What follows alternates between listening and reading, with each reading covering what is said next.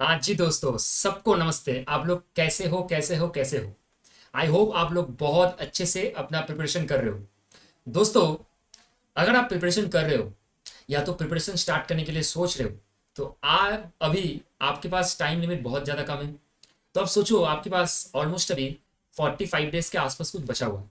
तो ये जो 45 डेज का टाइम है, if you have not started yet, तो आपको क्या क्या ऐसा काम करना चाहिए so that you are going to rock your C A inter law का पेपर।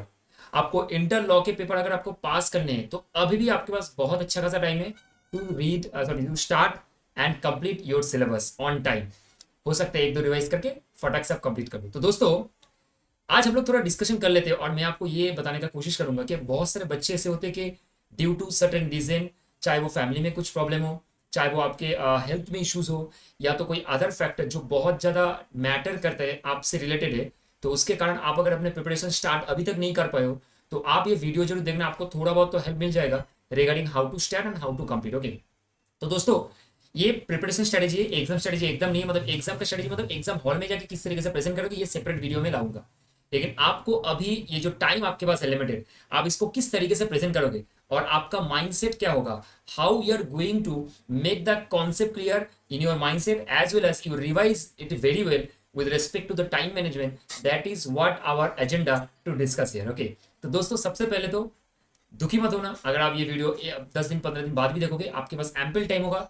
एक महीना भी काफी होता है, 20 दिन भी काफी होता है। आप अगर ढंग से अच्छे से रिवाइज करके पढ़ते हो और जान अपना पूरा लगा देते हो, तो क्या बोले, आप दे दो ना, बाकी का भगवान के भरोसे छोड़ दो, वो तो देख ही लेंगे दोस्तों। तो सबसे पहले आप अपने सिलेबस को समझो। आप अपने सिलेबस को अच्छे से समझने का कोशिश कीजिए कि व्हाट इज द सिलेबस। कि सिलेबस में जैसे सीए इंटर के लॉ में, कंपनीज एक्ट में आपका टोटल 1 से लेकर 10 तक चैप्टर है, और 11 नंबर जो चैप्टर है वो आपका फॉरेन कंपनीज का 11 नंबर चैप्टर। उसके साथ एलएलपी एक्ट है, तो हो गया 12 चैप्टर। उसके बाद बाकी अदर 3 जो लॉ का चैप्टर है वो है आपका फेमा।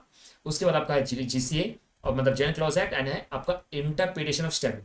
तो 3 अदर लॉस जिसमें आपको वेटेज ऑलमोस्ट 28 से 30 मार्क्स रहता है, बाकी आपके इसमें 70 मार्क्स रहते हैं जो अदर देन, मतलब अदर लॉज है, इंक्लूडिंग एलएलपी। जो है एलएलपी और कंपनी से मिला के आपका 70 मार्क्स के कुछ आसपास होते हैं। ठीक है, तो दोस्तों आप पहले समझिए कि कौन सा टॉपिक आपको अच्छे से पढ़ना है। जैसे मैं आपको अगर एग्जांपल दूं, तो अदर लॉ तो आपको पढ़ के जाना ही है। आप सोचो, 3 चैप्टर में अगर 30 मार्क मिलते हैं, बाकी के 12 चैप्टर में 70 मार्क, तो ऑब्वियसली अगर वेटेज देखेंगे तो इंपॉर्टेंस आपको अदर लॉ में देना है। और अदर लॉ में कुछ क्वेश्चन आपके डायरेक्ट भी फॉर्म होते हैं, क्योंकि guys, अभी जो पेपर होते हैं वो आपका टोटल 30-30 मार्क्स का आपका पूरा एमसीक्यू होते हैं। But all are case study base, मतलब केस सिनेरियो होते हैं, जहाँ पे एक केस के बेसिस में 3 से 4 क्वेश्चन फॉर्म होते हैं। उसमें आपका 4 चूजन ऑप्शन रहते हैं। उस ऑप्शन में से आपको करेक्ट वाला ऑप्शन चूज करके पुट करना है आपका answer. Okay, as well as, तो ये डिफिकल्ट हो जाते हैं। और लेकिन अगर जो नॉर्मल क्वेश्चन है 70 मार्क्स का, जो आपका एमसीक्यू नहीं है, वो आपका केस स्टडी प्लस कुछ डायरेक्ट क्वेश्चन भी होते हैं।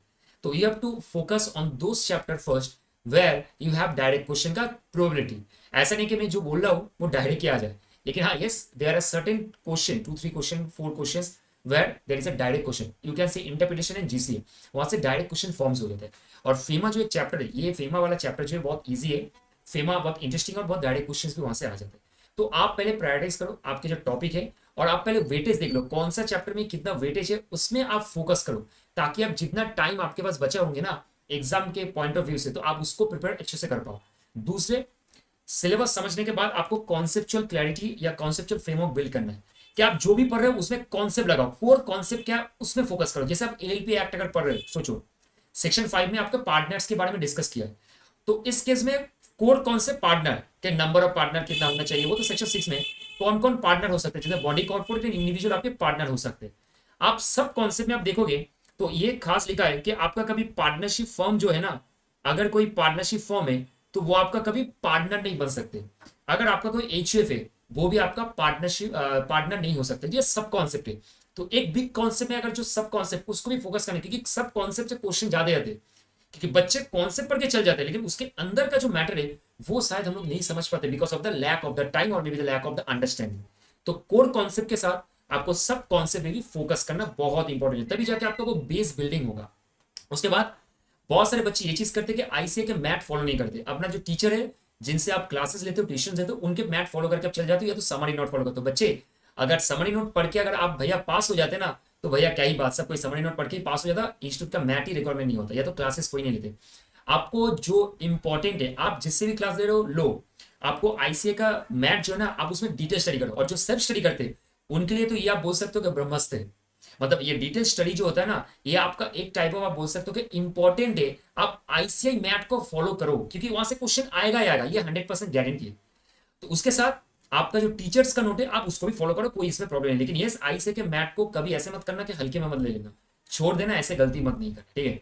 Once you understand the concept, once you go through the concept, उसके बाद कॉन्सेप्ट समझने के बाद एक जो जो मैं हमेशा स्ट्रेटेजी बोलता हूं, आप हमेशा, ये मेरा स्ट्रेटेजी है, RWR, मतलब रीड कर लिया, कॉन्सेप्ट को रीड कर लिया।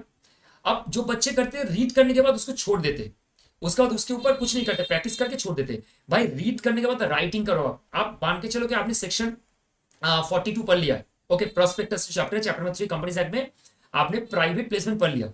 अब प्राइवेट प्लेसमेंट पढ़ने के बाद आप उस प्राइवेट प्लेसमेंट में क्या प्रोविजन समझे, क्या सीखे, उसको राइट करो, लिखो कॉपी में, एक कॉपी सेपरेट बनाओ जहां पे आप खुद का जो लॉ पढ़ रहे हो उसको लिखोगे। I am not talking about practice करना है, आपको लॉ जो पढ़ रहे हो ना वो कितना आपके दिमाग में आते हैं और आपने कितना समझा है उसको आप लिखो पहले, राइटिंग। उसके बाद आप उसको क्या करोगे, चेक करो कि आपका जो राइटिंग है वो कितना सॉलिड है, आप प्रोविजन को कितना बढ़िया से समझ के आप लिख पाओगे। क्योंकि देखो प्रोविजन आप चेंज नहीं कर सकते हो, आपको प्रोविजन पढ़ना ही पड़ेगा। यू कैन से इट्स लाइक मगा, आपको प्रोविजन समझना है और उसको इंटरप्रेट करके एग्जाम हॉल में लिखना है प्रोविजन, उसके बाद अपना एनालिसिस या कंक्लूजन डालना है। लेकिन आप उसको राइटिंग तो करो, ताकि क्या होगा, प्रोविजन अब लिखोगे ना, एक बार पढ़ लिया, एक बार लिख लिया, तो मेमोरी जो होता है ना, मेमोरी चीजें जब वो फॉर्म होता है ना, जो लिखते हैं हम लोग, वो ज्यादा से ज्यादा याद रखते हैं रादर देन जो रीड। मेमोरी जो लिखते, जो देखते उसको याद रखे, क्योंकि आप जो पढ़ते हो वो सिर्फ कान से सुन के दिमाग में जाता है, और आप जो लिखते हो वो आप बोलते भी हो, सुनते भी हो, देखते भी हो। तो इससे 3 ऑर्गन्स काम करते हैं, तो आपको स्टोर होने का पावर जो है ना वो आपका बढ़ जाता है। उसके बाद अगर आपको लग रहा है कि हाँ मेरा सॉलिड प्रोविजन है, मुझे समझ में आ गया 80-90% में करेक्ट प्रोविजन है, सो आप उसको रिवाइज करो।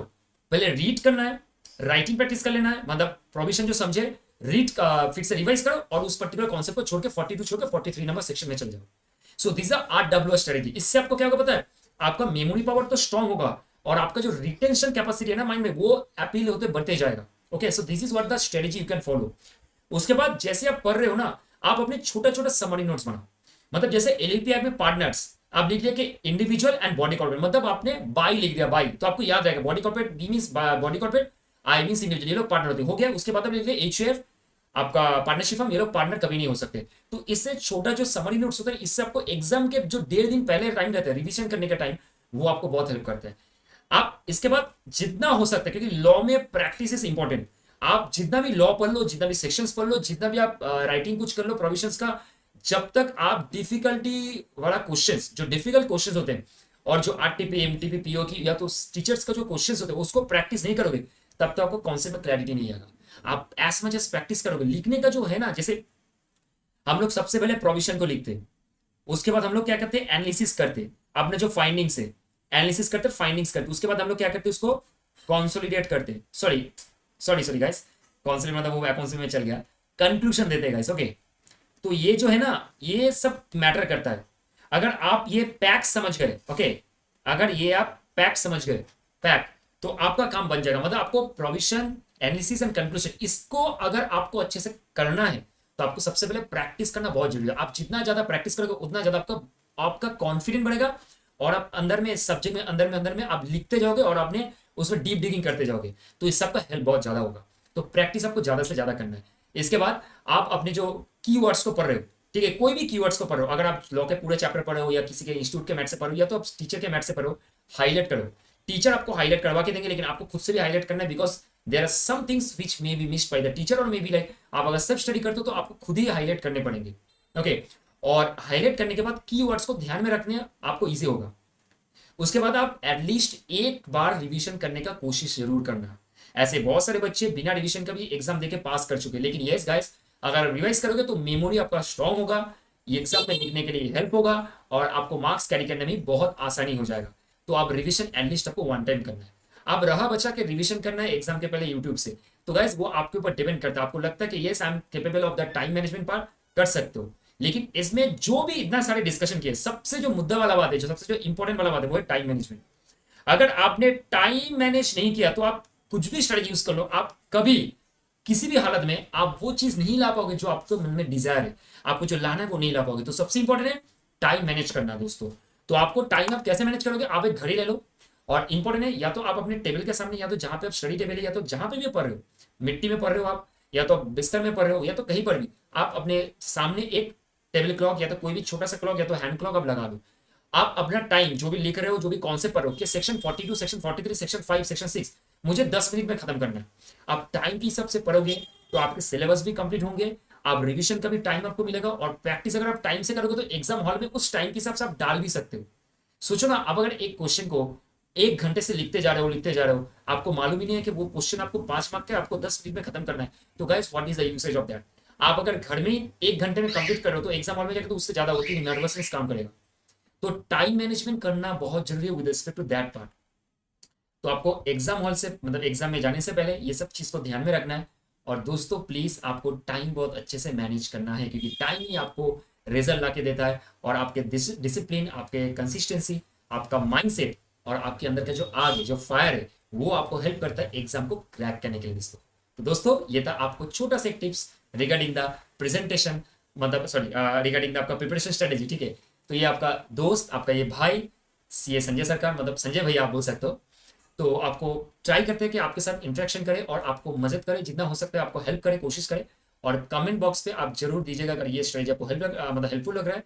तो यस गाइस, आप अपना पूरा जान दोगे, मतलब जान इन द सेंस पूरा मेहनत दोगे, एफर्ट लगाओगे, डिसिप्लिन हो जाओगे, और 100% एफर्ट लगाओगे ताकि आप एग्जाम में अच्छे से लिख पाओ। तो कमेंट बॉक्स में जरूर कमेंट कीजिएगा कि यस भैया मैं 100% कमिटमेंट दूंगा, ये आपसे प्रॉमिस रहा हमारा गाइस। ओके, चलिए दोस्तों, थैंक यू, जय हिंद एंड स्टडी हार्ड। आपको जो भी अच्छे से कॉन्सेप्ट देखना है अच्छे से पढ़ो, कुछ भी हेल्प चाहिए दोस्तों, I mean there guys. Thank you guys, जय हिंद और keep study and happy. Okay, thank you guys.